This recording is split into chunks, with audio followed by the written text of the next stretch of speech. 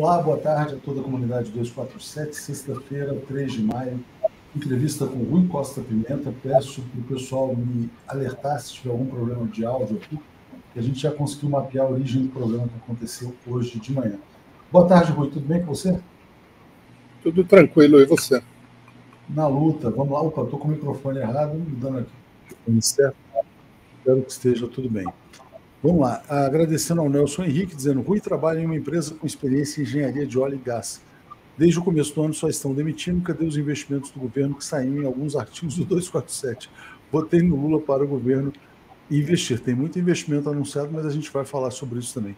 Obrigado aqui a Vanja Dantas, Eunice Aparecida, Laércio Elias.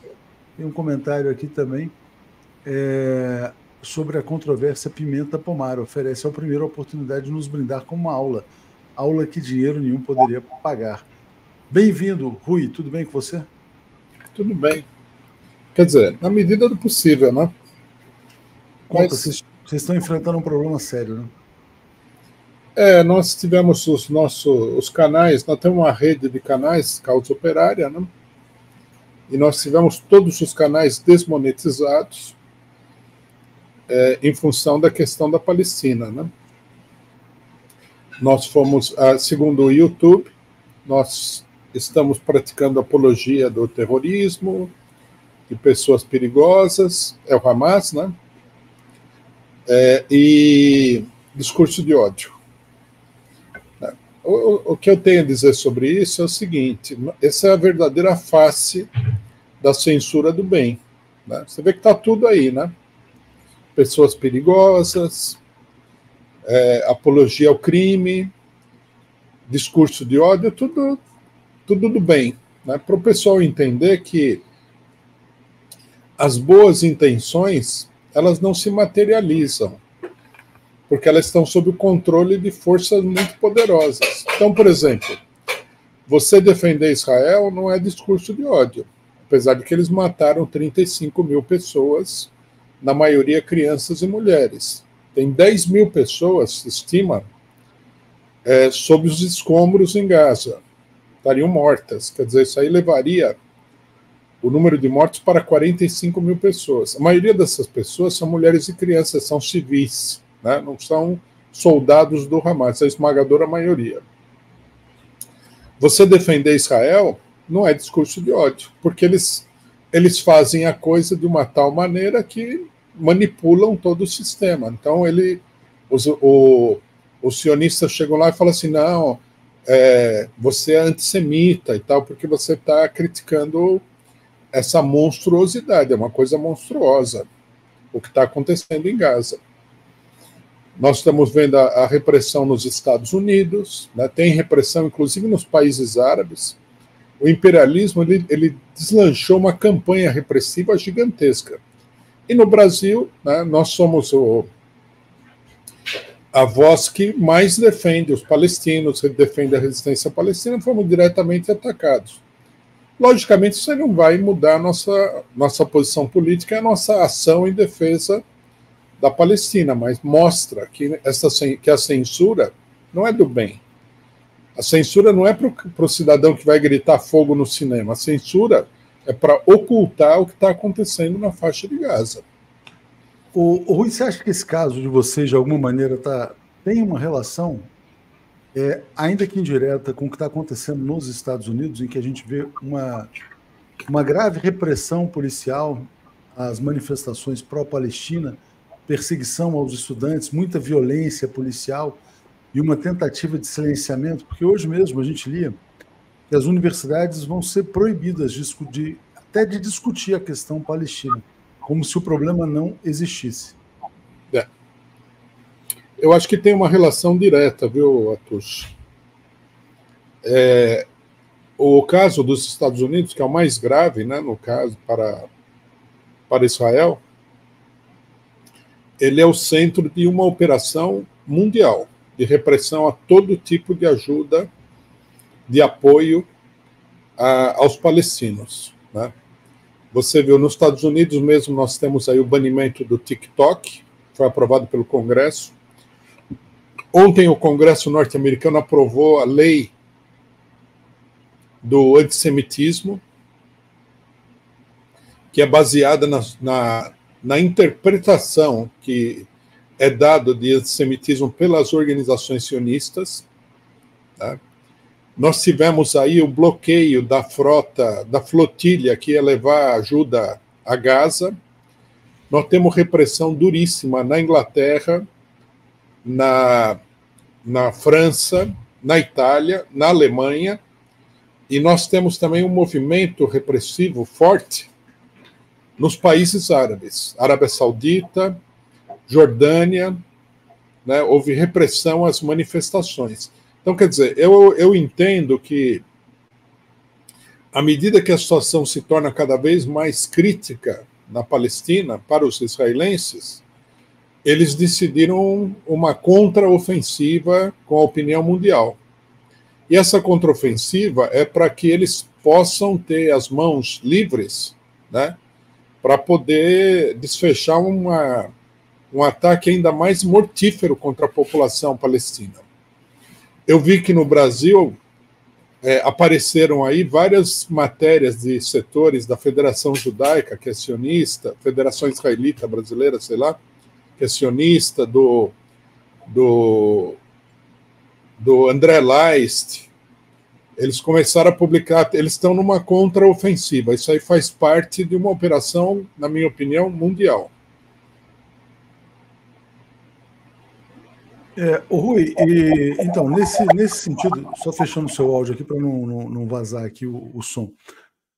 Quando a gente vê, por exemplo, essa repressão que é explícita, né? Ontem mesmo eu fiquei chocado com as cenas de violência na Universidade da Califórnia, tudo assim, quer dizer, realmente assim, cenário de guerra.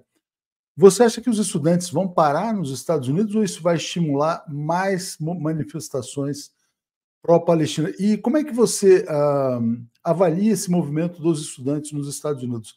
Há um cansaço interno com a questão imperialista? Eu acho que não vão parar. Eu acho que o movimento tende, inclusive, a crescer.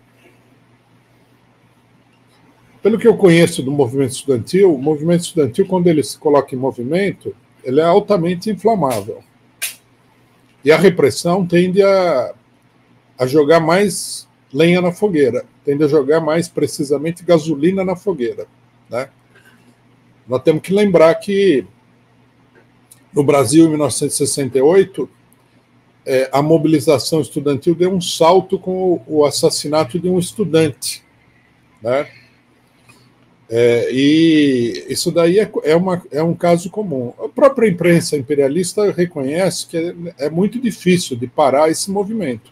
Eu acho que a repressão vai aumentar o movimento. O que eles vão tentar fazer é diminuir a exposição, o alarde. Né? Eles estão tentando desocupar as universidades, tirar os acampamentos, que é para ver se a manifestação fica mais inócua, né? Com menos repercussão, principalmente na imprensa, junto à população e tudo mais. Mas eu acho que eles não vão conseguir nenhum desses resultados aí, não. Mesmo com a aprovação da lei de antissemitismo e com a declaração do Biden, que gerou muito protesto, porque ele falou o seguinte: você é livre para se expressar, mas não pode bloquear a entrada da universidade. Isso daí já não é democrático. Né? É como você tem uma ditadura. Você não pode, por exemplo, numa fábrica fazer um piquete. Nos Estados Unidos não existe isso daí como coisa legal. É uma novidade que o Biden introduziu. É mais um degrau que a chamada democracia norte-americana afunda. Agora você só pode fazer protesto se for pacífico. E ninguém garante que, se o protesto for absolutamente pacífico, não tiver nenhuma ação, né, não vai ser reprimido também. Mas eu acho que a coisa vai escalar, não vai diminuir. E ele era um protesto pacífico, né? A gente até trouxe estudantes brasileiros que estudam nessas universidades. Rui, outra reflexão que eu queria provocar era a seguinte: muitas pessoas colocam assim, olha, mas qual que é o papel do Estado de Israel na questão imperialista, né? É um papel central, acessório? Quer dizer, os Estados Unidos têm capacidade de, por exemplo, largar a mão do sionismo, do Estado de Israel? É só uma questão de manter o controle militar sobre uma área importante geopoliticamente da humanidade?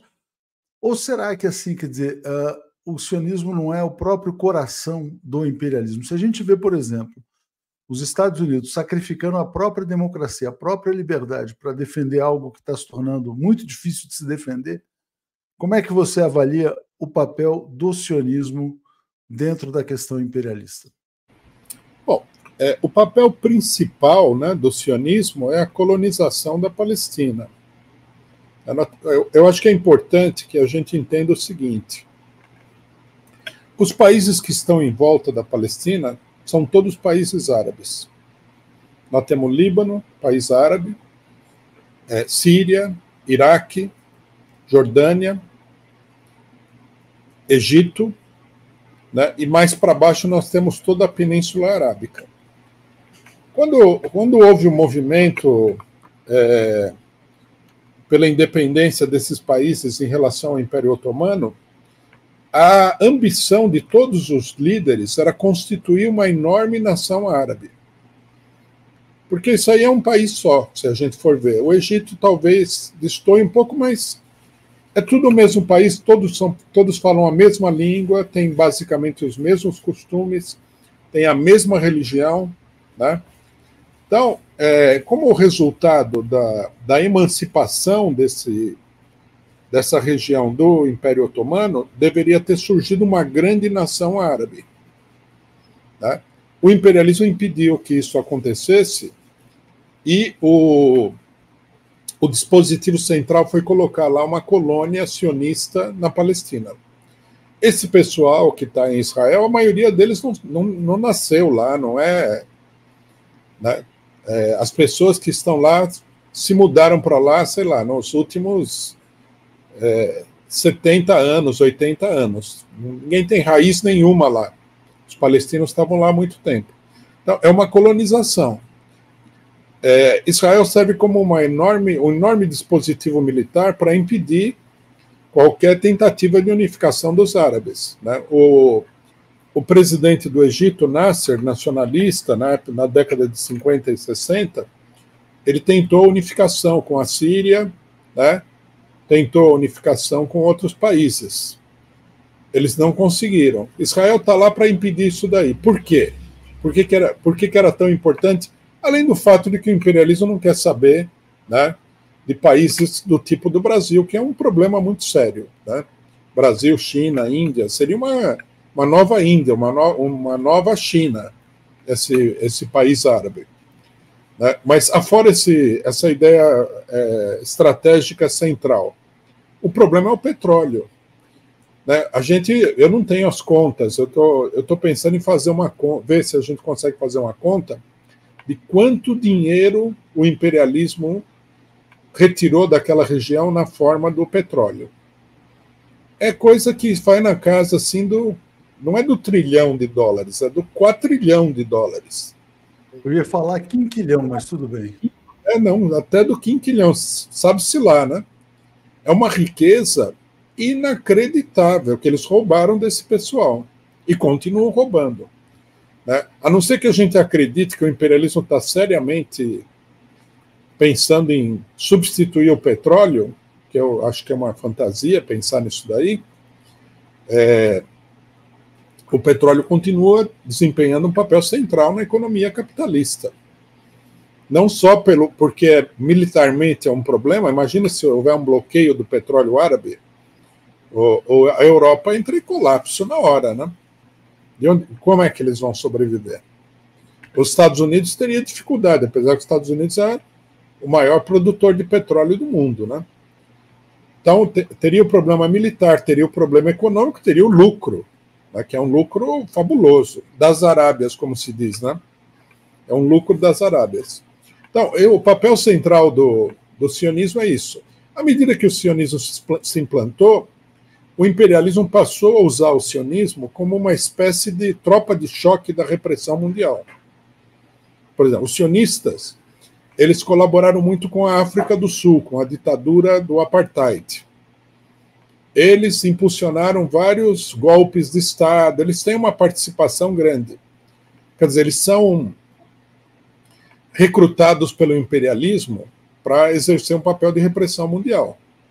Tá? O serviço, o Mossad, o serviço Shin Bet, as Forças Armadas Israelenses são conhecidas pela sua especialização. Né? Volta e meia eles estão em ação aí. Então, eles têm esse papel. E terceiro lugar, nós temos que levar em consideração que nos Estados Unidos o sionismo é uma parcela grande da população, não é majoritária nada, mas é grande e é uma parcela influente muito rica. Né? Quer dizer, eles fazem... Na verdade, né, o Estado de Israel ele é uma menina dos olhos de um setor importante da burguesia imperialista norte-americana. Porque esses judeus norte-americanos que são sionistas, que apoiam Israel, eles fazem parte do grande capital norte-americano. Quer dizer, há um entrelaçamento, né? Como havia na época da Inglaterra e da França. Né? Os famosos barões Rothschild, tanto na Inglaterra como na França, eles eram da parte da burguesia desses países, e eles foram eles que propiciaram, que impulsionaram, financiaram o início do Estado de Israel. Né? Então, há um entrelaçamento. Né? A burguesia, se não é nada, mas a burguesia sionista nos Estados Unidos é uma parte significativa da burguesia imperialista mundial. Eu ia exatamente concordar com você, porque às vezes algumas pessoas falam assim, o rabo abana o cachorro abana o rabo, quer dizer, como se fossem... Mas eu acho que são, na verdade, é um sistema só, né? É um sistema só com todas essas peças envolvidas. Rui, deixa eu trazer algumas perguntas que chegaram aqui, porque algumas estão relacionadas a isso, e aí a gente entra já no tema do 1º de maio, que é um tema importante, que você falou bastante a respeito disso. Né? Antes, vou responder aqui ao Zé Oliveira, ele pergunta para mim se eu tenho alguma informação sobre suspensão ou não do concurso nacional, o Enem, né, dos concursos. Até agora há pouco não estava suspenso, mas tinha uma pressão para suspender em função das enchentes lá no Rio Grande do Sul. A Estela está dizendo, o Reestatiza SUS está proibido pelo Instagram de promover postagens. Nós acreditamos que a censura tem relação com nossa participação no PCO. Abaixo a censura, Reestatiza SUS, dando apoio a vocês aqui. E uma pergunta aqui de Laguna, em que ele fala assim, Rui, qual é a sua posição sobre o terrorismo? Como é que você avalia o que é ou não o terrorismo? Bom, primeiro queria esclarecer, para não causar nenhuma confusão, porque isso é muito explorado pela direita, né? A minha resposta é uma resposta de teoria política, não é... Como é que se diz? Eu não estou advogando nada em particular. Tá? O terrorismo, eu disse isso, causou um grande escândalo, a direita procurou fazer um grande escândalo, é um método de luta antigo na história da humanidade. Se você não tem força para enfrentar um determinado regime político, você frequentemente, há forças minoritárias que frequentemente recorrem ao terrorismo. Né? Isso vai aparecer em toda a história da humanidade. Muitos movimentos que hoje são considerados totalmente legítimos fizeram uso do terrorismo. Né? Vou pegar na formação do Estado de Israel, né, Rui? Inclusive o Estado de Israel. Né? Eles fizeram uso de terrorismo para forçar os ingleses a abandonar o país, quando estava aquela crise. Se a gente pegar aí, por exemplo, o IRA, na fundação do atual Estado da Irlanda, né, nós vamos ver que eles começaram a luta contra os ingleses na forma de atentados terroristas. Se a gente pegar a resistência francesa, eles usaram o terrorismo contra a ocupação alemã. Então, esse negócio do terrorismo, que a direita procura fazer como sendo, né, uma coisa monstruosa, não é assim. Há pessoas que cometem atentados que, na minha opinião, são uma coisa que é um desserviço, né? Você, por exemplo, atacar gratuitamente uma população civil. Não vejo que isso daí possa beneficiar muito, mas acontece, né?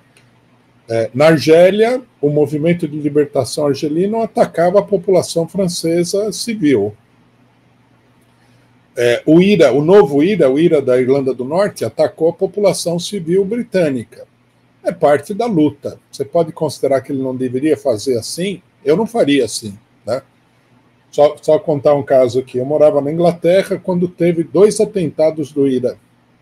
Um em Londres, que eles colocaram uma bomba numa caixa de correio, numa praça de Londres. Eu andava pela cidade de Londres pensando se não ia ter uma bomba na próxima caixa de correio que eu visse, né? E perto de onde eu morava, em Petersfield, eles explodiram um bar que era frequentado por alguns soldados britânicos. Mataram 46 pessoas, muitas delas civis. Então, o IRA novo também usava esse atentado contra civis. O terrorismo é isso daí, né? É uma forma de luta.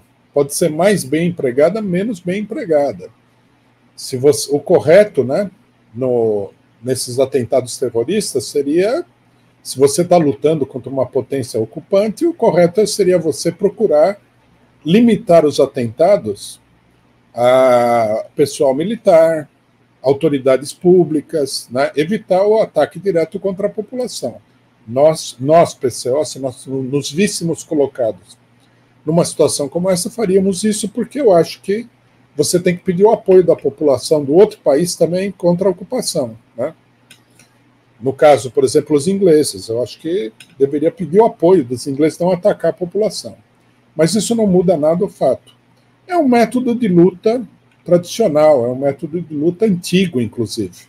Foi usado por milhares de organizações hoje que são consideradas fundadoras de estados importantes e tal. Nós não devemos cair na lenga-lenga da guerra contra o terror, porque isso é uma tentativa simplesmente de incriminar todos os movimentos libertadores, né? Aí, por exemplo, você vê, no caso da Palestina, foi falar que o ataque do Hamas no dia 7 de outubro foi terrorismo para já mobilizar uma parte da população contra o Hamas, né? Eu não consideraria o ataque do Hamas como terrorismo. Eu acho que foi uma ação militar, né, no dia 7 de outubro. Aí, lógico, a máquina de propaganda que é controlada pelo imperialismo vai falar que estupraram mulheres, cortaram a cabeça de bebês, etc. e tal, né? Mas isso daí é propaganda dos poderosos, né? Os alemães na França e na Itália faziam isso também. Eles chamaram o primeiro grupo que passou o primeiro grupo da resistência francesa foi apelidado pelos alemães de Exército do Crime.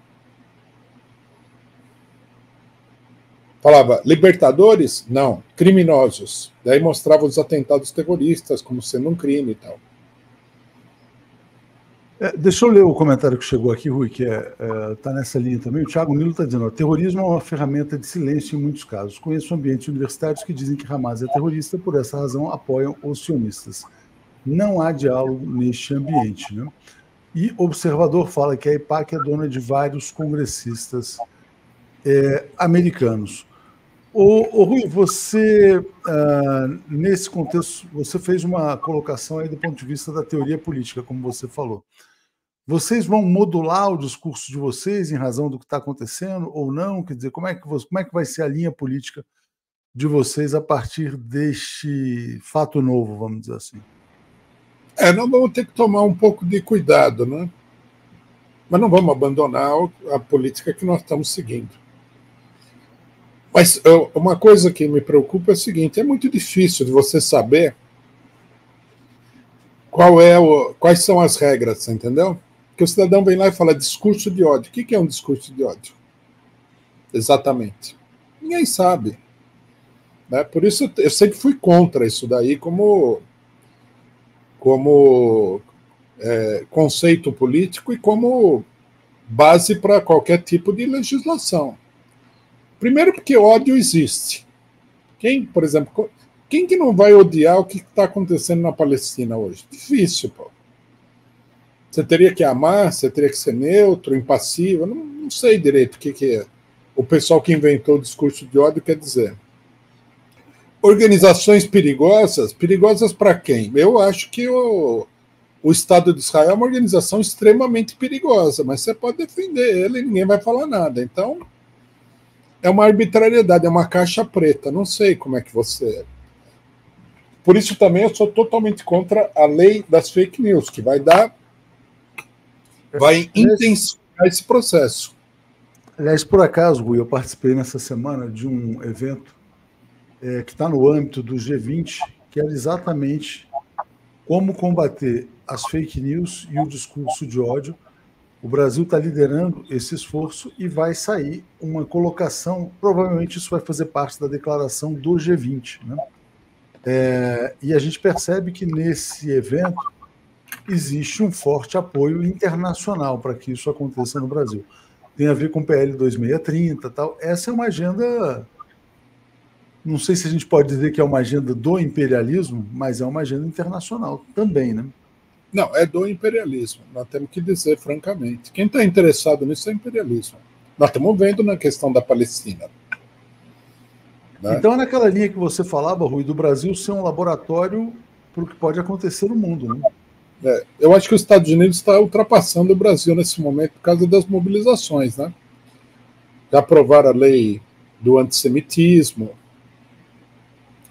A diferença é que nos Estados Unidos existe uma consciência maior, até mesmo dentro da burguesia, do problema da importância da liberdade de expressão, né? Vários deputados norte-americanos votaram contra a lei e falaram: isso daqui pode levar, inclusive, à censura da religião, né? Porque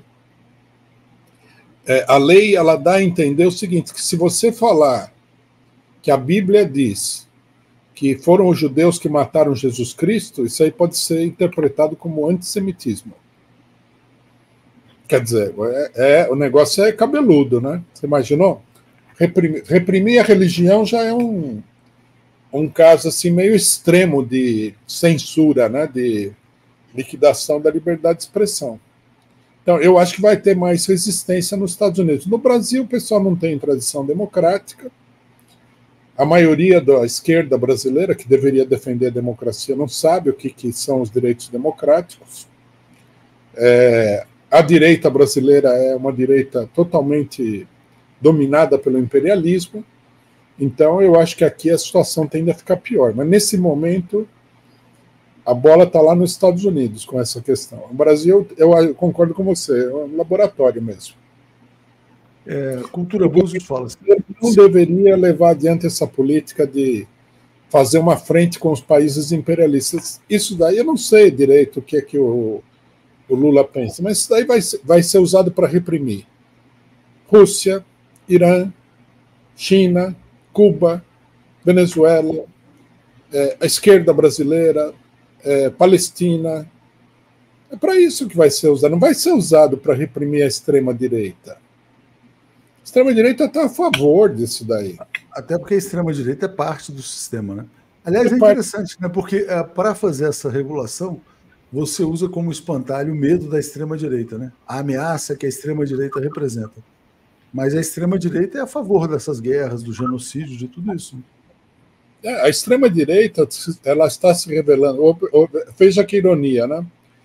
Quantas vezes eu não ouvi pessoas me falando que a defesa da liberdade de expressão irrestrita é uma coisa da extrema-direita. A extrema-direita não defende liberdade de expressão nenhuma, que dirá irrestrita. Eles só gritaram aqui porque eles estavam sendo silenciados. Senão eles nunca se levantariam. Eles estão na linha de frente de toda essa censura. E o pessoal entregou para eles a bandeira da liberdade de expressão, a bandeira das liberdades. Eles são piores censuradores que eles são defensores da ditadura. Falei isso 1 milhão de vezes. Na ditadura militar brasileira tinha liberdade de expressão? Com certeza. Rui, vamos entrar então, porque a gente já está aqui com meia hora. Antes eu vou ler esse comentário aqui do Cultura Búzios. Se você quiser saber quem governa você, procure quem você não tem permissão para criticar. Vamos falar sobre o 1º de maio, né? Você fez vários alertas dizendo que estava mal convocado, mal planejado, que poderia ser um fiasco, e aparentemente isso virou consenso, né? Qual é o balanço que você faz do 1º de maio? Foi lamentável.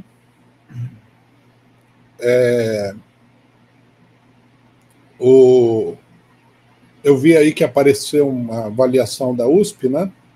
De que teria no 1º de maio 1.650 pessoas. Pelas informações que nós temos, pela avaliação que nós fizemos do ato, é por aí mesmo. Só acho que pode ter tido um pouquinho mais, o que não faz nenhuma diferença, porque muita gente saía do ato, né? Não conseguia ficar lá. Eles fizeram um ato também muito mal organizado. Aí o ato serviu para indispor uma boa parte das pessoas que foram. Você imagina, Itaquera, né? Itaquera é quase 1 hora do centro da cidade. Imagina o pessoal que veio da Zona Norte, da Zona Sul, da Zona Oeste, para Itaquera, na Zona Leste, para participar de um ato. Demorou 1h30 para chegar lá, 2 horas às vezes, dependendo da situação, e chegando lá, você tinha que passar por detetor de metais, você tinha que deixar... Você não podia levar bandeira, você não podia levar... nenhuma garrafa d'água permitiam que você entrasse com a garrafa d'água. Teve gente que foi lá com a sua... sem ter se dado conta da situação, foi lá com a sua garrafinha térmica de água, porque o dia estava quente, estava sol, teve que deixar a garrafinha térmica de água do lado de fora. O pessoal amarrava as coisas deles na grade com a esperança de entrar e depois recuperar a propriedade. Quer dizer, era um ato assim que não foi... O ato não era feito para atrair a multidão, nada, né? Foi um fracasso total. O pessoal que falou que o ato do Bolsonaro em Copacabana foi um fracasso, eles deveriam examinar melhor essa afirmação depois do 1º de maio. Minha avaliação, o 1º de maio da CUT, bom, os outros nem falar, que é irrisório. Teve outros 1º de maio, 2, 3. Os 1º de maio da CUT, junto com as outras centrais sindicais no Brasil inteiro, na minha opinião, pelas contas que eu fiz, não dava metade do ato do Bolsonaro em Copacabana, para você ter uma ideia de como a coisa está triste, né? Eu acho que foi no 247, eu vi uma pessoa falando que o ato do 1º de maio é um mau prenúncio para as eleições municipais. Eu concordo. É um problema mesmo, porque o pessoal Você não acha está... que tem uma relação direta mesmo, Rui? Eu acho, porque quem que vai fazer campanha? Vamos pegar o caso do Boulos aqui em São Paulo. Quem que vai fazer campanha pelo Boulos? É o pessoal do 1º de maio, que foi no ato. Ou que não foi também. Se não foi, já o pessoal não está muito entusiasmado com nada na política. Eu acho que é um mau prenúncio. O pessoal estaria na hora, na minha opinião, dos dirigentes do PT fazerem uma avaliação mais realista da situação política no Brasil. Rui, você me permite só responder aqui um comentário do Marcel. Ele fala assim: atos participando de reunião do G20 sobre discurso de ódio, fake news, tudo a ver, é um comprado do sistema. Sou jornalista, cara, eu cubro o governo me convidou, eu fui lá ver, quer dizer, assim, mas eu não tenho que concordar nem desconcordar. Eu fui só cumprir o meu papel e estou aqui trazendo que eu achei, inclusive, bastante estranho, né? Quer dizer, essa agenda aí está colocada de fora para dentro também, e de dentro para fora, quer dizer, é só isso que eu queria. Eu acho que a gente não deve exagerar na crítica, viu? Acho que a gente tem que... Vamos imaginar o seguinte: você vai cobrir um evento do FMI aqui, quer dizer, no passado tinha um monte, né? Vinha a missão do FMI, você ia cobrir e tal. Você está lá fazendo a sua cobertura. É normal. Se a gente pudesse, como jornal Causa Operária, participar da reunião do G20, a gente iria lá, lógico. Não tem nenhum problema nisso. Mas voltando ao 1º de maio, e essa questão do risco eleitoral que representa, você não tem a sensação também, Rui, de que... Vamos pensar assim, pensa no trabalhador, né? O cara que está lá ralando todo dia, não sei o quê, pegando ônibus para trabalhar, ônibus para voltar. Quando chega o feriado, o cara não quer simplesmente curtir o feriado, não é o normal? Ele quer, mas eu sou eu sou frequentador dos atos de 1º de maio. Já vi 1º de maio muito mais expressivo do que esses que nós estamos vendo agora. Né? O problema não é o trabalhador em si. Né? Se você conseguir levar o trabalhador comum, melhor ainda. Mas o problema é você atrair aquela camada mais esclarecida do trabalhador, da classe média, dos estudantes. O pessoal não quis, ignorou o 1º de maio. E, na minha opinião, o problema não é um problema logístico do local, apesar de que tudo isso daí foi errado. Fizeram tudo errado. Fizeram muito errado. O problema é a política. Né? O 1º de maio foi assim, não sei se você acompanhou, mas o 1º de maio foi assim. Falaram algumas representantes das centrais sindicais que não tinham nada para falar. O que já é um problema, né? Você vai no ato do 1º de maio para escutar o pessoal falar e o pessoal não tem nada para te dizer de interessante, é um problema. Sobre a Palestina, falaram 2 oradores brevemente. Né? Não falaram quase nada da Palestina. Aí, os partidos políticos não falaram, nenhum partido político falou. Nós estamos programados para falar, não falamos também. Porque o ato entrou em crise. Né? O Lula chegou lá e, aparentemente, ele não gostou nem um pouquinho do que ele estava vendo e modificou lá o negócio. Aí o Lula falou do governo, apresentou o Alckmin com o bonezinho da CUT, falou dos ministros, apresentou os ministros, e a grande medida dele foi assinar o negócio do imposto de renda. Quer dizer, para que você vai num ato desse?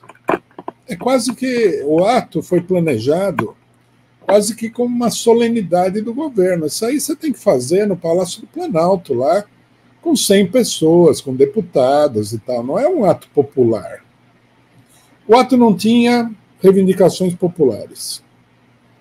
Era tudo generalidade. Salário digno, emprego, ninguém não falava nada. Não tem nada que as pessoas queiram. Né? E ninguém vai num ato para elogiar um governo que não está sendo também visto assim como uma grande coisa. Se o governo tivesse, por exemplo, sei lá, estatizado a Petrobras, o ato enchia, mas o governo não fez nada importante até agora. Né? E o pessoal sabe disso, o pessoal está desanimado. Há um cansaço aí, Rui, você não acha que teria sido melhor, como ele coloca aqui, um pronunciamento em rede nacional de TV e rádio, sem essa exposição a um público tão pequeno? Tudo bem. Eu acho que sim. Eu acho que evitaria o desgaste do governo, mas não mudaria a situação política. Né? O governo Lula, a esquerda brasileira, está enfrentando uma batalha muito importante. E sem a mobilização popular não vai ganhar essa batalha. Né? O governo, inclusive, na minha opinião, está plantando uma armadilha para si mesmo. Esse negócio que você falou aí, do G20, isso aí é um tiro no pé. Né? A esquerda que vai pagar. Não sei o que eles esperam fazer junto com o Biden, o Macron, o Olaf Scholz aí para combater a extrema-direita. Eu vi que deputados da esquerda foram para os Estados Unidos para se reunir com deputados do Partido Democrata para formar uma espécie de frente antifascista. Agora, tem que olhar o mundo de frente, pô. Os antifascistas aí, eles são mais fascistas do que os outros fascistas. Estão batendo nos estudantes nos Estados Unidos. Estão querendo arrebentar com a legislação democrática mais antiga que existe no planeta Terra. É a mais antiga legislação democrática, a legislação norte-americana. Eles estão querendo acabar com... Estão financiando o banho de sangue, o genocídio na faixa de Gaza. O pessoal está... Eu, sinceramente, eu não consigo ver. Ou eu sou muito ingênuo, aqui não estou vendo assim a sofisticação da proposta, ou eu não sou tão ingênuo assim, eu estou vendo que isso daí é um tiro no pé. A frente com esse pessoal vai ser uma frente... Veja bem, não vai ser frente contra a extrema-direita. Ninguém vai perseguir o Bolsonaro aqui porque o imperialismo quer perseguir o Bolsonaro. Eu acho, inclusive, que essa fase já passou. A burguesia brasileira já está na fase de namorar com o bolsonarismo. O que vai acontecer é que... esse é um tema importante para a gente também. Exatamente. Eu acho que essa frente aí do anti-fake news, anti-isso, anti-aquilo, vai ser anti-Rússia, anti-China, anti-Irã, anti-Cuba, anti-Venezuela e contra os povos do mundo todo. E o PT está... Né? Anti-Palestina. Ela é totalmente anti-Palestina, a favor do sionismo. E o PT está embarcando nisso daí. Me parece, assim, uma coisa totalmente absurda. Não consigo ver a racionalidade disso. E no Brasil, pegar mal, porque o pessoal está contra isso daí. Né? O pessoal está contra. O Nato está dizendo, as redes sociais são, obviamente, um risco à continuidade da democracia no modelo atual. O pensamento democrático e liberal vai reagir. Aí você tocou num ponto, Rui. Peraí, deixa eu só trazer esse comentário aqui. É isso aqui, ó, do Alexander Bruletova, burguesia brasileira namorando com o bolsonarismo, planejando férias em Punta Cana. E você falou que sem mobilização, o governo Lula não vai vencer essa batalha. O que o governo Lula tem feito? Né? Quer dizer, ele tem, na verdade, enumerado as suas entregas na economia e acreditando que a melhoria na economia vai, na verdade, levar o governo a uma vitória em 2026, mesmo num cenário de baixa intensidade de mobilização popular. Você está dizendo que isso é insuficiente. Eu estou percebendo sinais, Rui, de um certo acordão no ar. E isso vem de uma semana para cá. Vou dizer, eu tentei falar hoje no Bom Dia, mas a gente estava com um problema insanável no áudio. Muita gente acabou não conseguindo assistir. Quer dizer, qual que seria esse acordão? O Bolsonaro vai na AgriShow, ao lado do Tarcísio, e pela primeira vez ele sugere que ele pode não ser candidato. Ele fala assim, plantamos sementes. O Tarcísio dá uma entrevista em algum jornal, acho que foi no Globo, e fala, não se briga com Alexandre de Moraes. Aí você pega a PGR, que não viu, na verdade, tentativa de fuga para a Embaixada da Hungria. O Alexandre de Moraes também não viu uma tentativa de fuga ali. Aí eu fiquei pensando, bom, o Bolsonaro está passando a bola para o Tarcísio está fazendo a privatização da Sabesp nessa semana, que é uma grande entrega, vamos dizer assim, para o capital. Assim como o Lula tem entregas na economia, né? O Tarcísio também tem entregas para o neoliberalismo. A principal delas é a Sabesp. Então você pega lá, o Tarcísio faz a sua entrega. O Bolsonaro fica solto como cabo eleitoral, não candidato, ajuda a eleger um Congresso ainda mais à direita do que o atual, ajuda a eleger um Senado superdireitista e o neoliberalismo avança com galhardia aqui no Brasil nesse cenário. Bolsonaro não é candidato, tal. Vem aí o Tarcísio. Quer dizer, será que não está pintando uma coisa nessa linha do Bolsonaro não ser mais preso e todo mundo que estava esperando a prisão do Bolsonaro para amanhã ou depois de amanhã ficar com a brocha na mão? Eu acho que vem se confirmando isso daí. Né? Eu já tinha percebido que a era Moraes estava encerrada, né? Agora eles estão em outra etapa. Não sei se o Bolsonaro não vai ser preso, não sei o que vai acontecer, mas que está em marcha, né, um processo de negociação e de acordo entre o bolsonarismo, o próprio Bolsonaro, e a direita chamada civilizada, ou como falou o cidadão aqui, a democracia liberal, eu não tenho dúvida de que isso daí está em marcha. Pode ser que fracasse, mas a princípio, isso daí está em marcha. Se o Bolsonaro chegar para essa direita civilizada e falar o seguinte, olha, vocês me deixam solto, não enchem o saco, não investigam, me deixem aí na minha. Ele deve ter juntado muito dinheiro aí das rachadinhas, dos imóveis, etc. e tal. Eu apoio o candidato Tarcísio, por exemplo, que vocês amam, e ponto. Não é um acordão, não é um bom acordo para o Bolsonaro? Ficar solto e ainda protegido? É bom, e na eleição seguinte ele pode ser candidato também. Também tem isso. É um bom acordo. Não sei se ele vai aceitar isso, se o pessoal vai fechar o acordo nisso daí, mas O fato é que essas negociações, elas significam que a burguesia está abandonando o barco do PT. Não quer dizer que eles vão imediatamente para o corte, você entendeu? Para cortar a cabeça do PT, mas significa que a coisa está se inclinando nesse caminho. E, diante disso, o PT não tem nada. Alexandre de Moraes está fora da jogada, o defensor da democracia no Brasil. O PT não tem apoio, não vai ter apoio dos grandes meios de comunicação da burguesia, que vão apoiar, logicamente, essa saída, se ela se materializar, uma saída, vamos supor, Tarcísio, Bolsonaro, Globo. O PT vai ficar pendurado na brocha. E o que o PT está fazendo afasta ele da esquerda, que é, por exemplo, essa frente do G20. Ele está... É uma miopia política extraordinária. Porque o pessoal do G20 no Brasil é justamente o pessoal que vai puxar o tapete do PT. Rui, você acha que... Não sei se você chegou a ver uma coluna que saiu na Folha de São Paulo nessa semana, dizendo: precisamos do bolsonarismo moderado. É mais ou menos essa aí a essência do acordão? Tipo assim, um bolsonarismo sem Bolsonaro? Eu não diria sem Bolsonaro, né? Eu diria que... Porque nenhum candidato de direita vai ser eleito sem apoio do Bolsonaro. Se o Bolsonaro falar não, não vai ser eleito. Tarcísio não tem voo próprio. O Bolsonaro é, como o pessoal fala, né? Fazedor de reis. Né? O pessoal usa essa expressão em inglês, kingmaker. Então, o acordo tem que ser com o próprio Bolsonaro.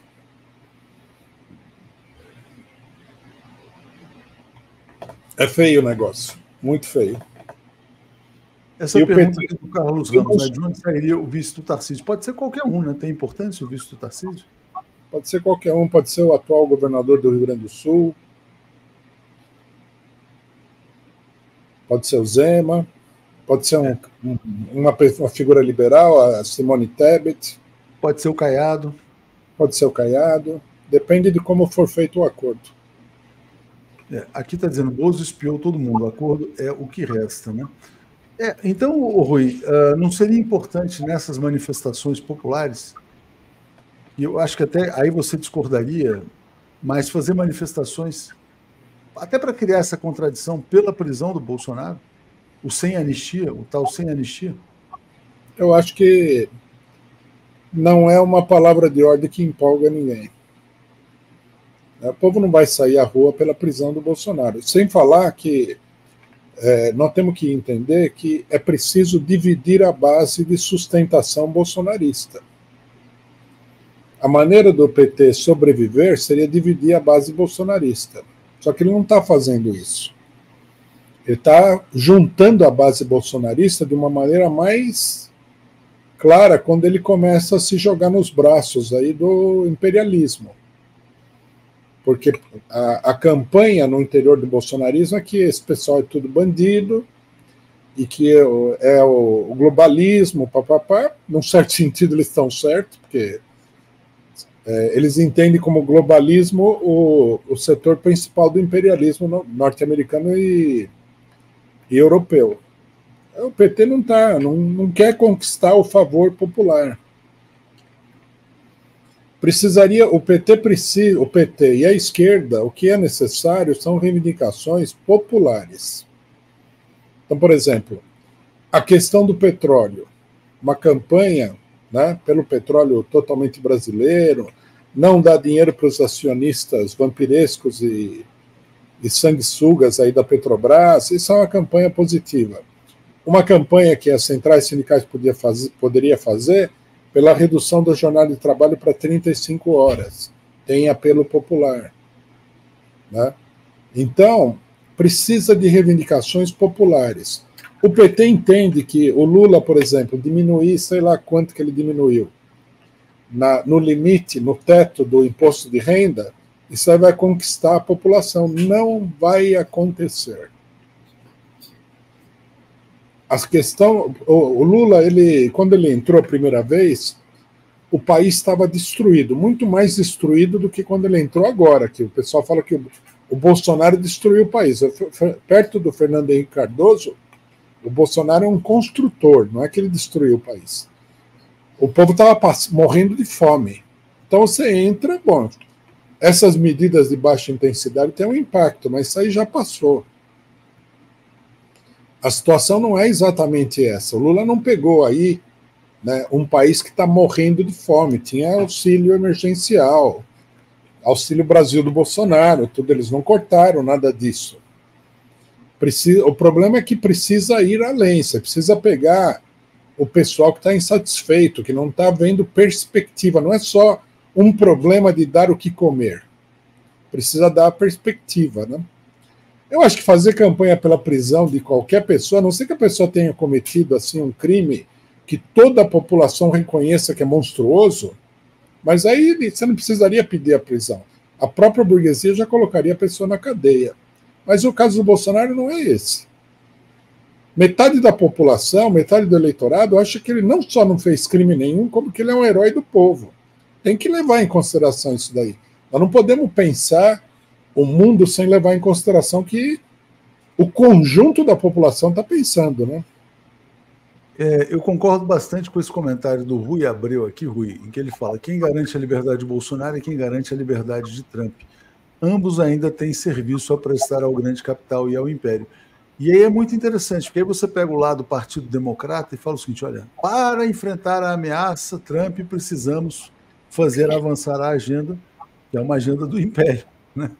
Então você tem um usando o espantalho para avançar nessa dominação, né?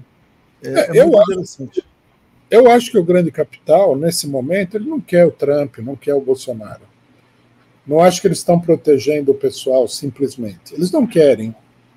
Tanto que o acordo que está sendo feito é um acordo sem o Bolsonaro na presidência. Eles não querem o Bolsonaro na presidência. Mas é um bom espantalho, né? É um bom espantalho. Serve para eles levarem adiante, aparentemente, uma proposta positiva, né? Combate ao fascismo e tal. E ainda posam de democratas, né? Opa, fechou teu áudio aí, Rui. Fechou por aí. Pede para o pessoal liberar aí que alguém fechou teu áudio. Foi mesmo. Pode falar. Essa ideia de que o pessoal é democrata, isso é uma bobagem. O cidadão falou antes aqui, né?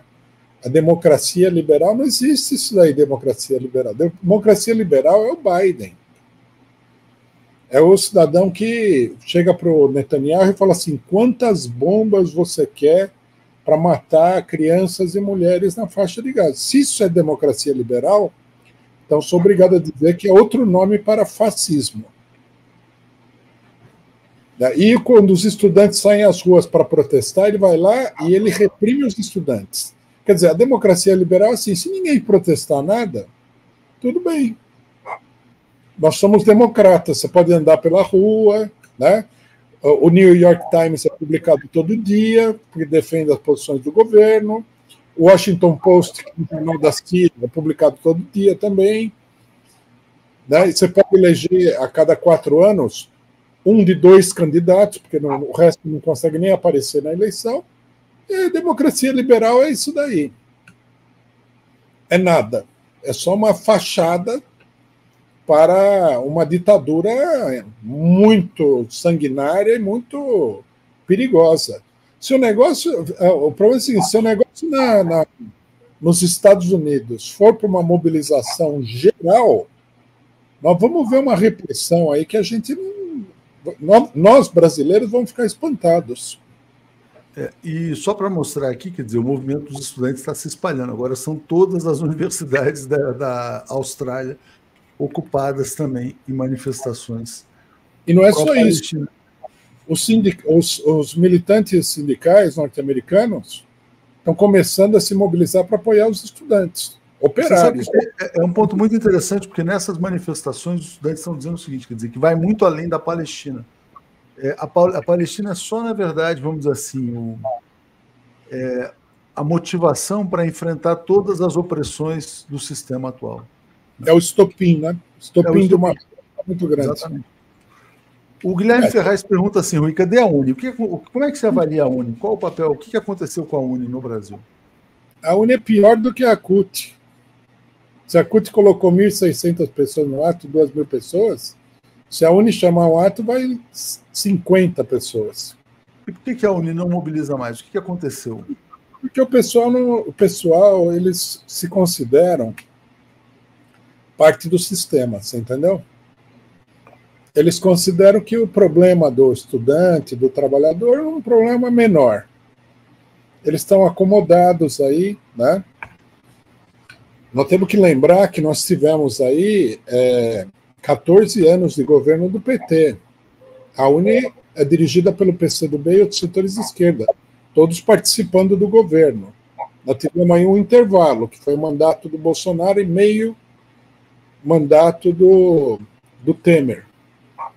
Mesmo nesse meio tempo, aí o pessoal não mobilizou muito, não. Pois já existiu uma real democracia em algum lugar do mundo ou período da história? Talvez na Comuna de Paris, aqui, o André Ribeirinho está perguntando. Eu acho que a Revolução Francesa foi um movimento profundamente democrático. A Revolução Norte-Americana também foi um movimento democrático. A Revolução Inglesa, embora não tivesse aí revestida de uma ideologia religiosa, puritana, também foi um movimento democrático. Houve muitos momentos. O problema é o seguinte, numa sociedade de classe, não pode haver democracia real por muito tempo. A sociedade de classes é uma sociedade onde uma parcela minoritária domina tudo. Então, eles não vão permitir uma verdadeira democracia. Na Revolução Francesa, no primeiro momento, no governo jacobino, tudo bem, foi ultra-democrático e tal. Agora, à medida que a burguesia vai se estabelecendo, ela vai podando, né, as liberdades democráticas, porque a liberdade democrática, se bem ela não seja uma coisa, um regime real, ela é uma arma que os oprimidos podem usar contra os opressores. Se você dá o direito da pessoa falar, ela vai falar e vai dar voz da sua insatisfação, como está acontecendo nos Estados Unidos. Aí a burguesia olha e fala, não podemos permitir isso daí. Exatamente. A burguesia trabalha contra a democracia, essa é a realidade. A democracia seria um sistema para muitos, né? Na sociedade de classes tem que ser um sistema para poucos, né? Quer dizer, em que muitos trabalham para favorecer a extrema minoria, né? A democracia, como definiu Rousseau, que é o que Robespierre acreditava, soberania popular, que é o que nós defendemos. No Brasil de hoje, nós defendemos como princípio a soberania popular. Agora, para você ter soberania popular, os poderosos, que são uma minoria, não podem governar. Exatamente. E os poderosos estão mandando no mundo. É isso aí, Rui. Obrigado a você, obrigado a todo mundo que nos assistiu. Vou fazer aqui o encerramento. Valeu. Abraços. Um abraço.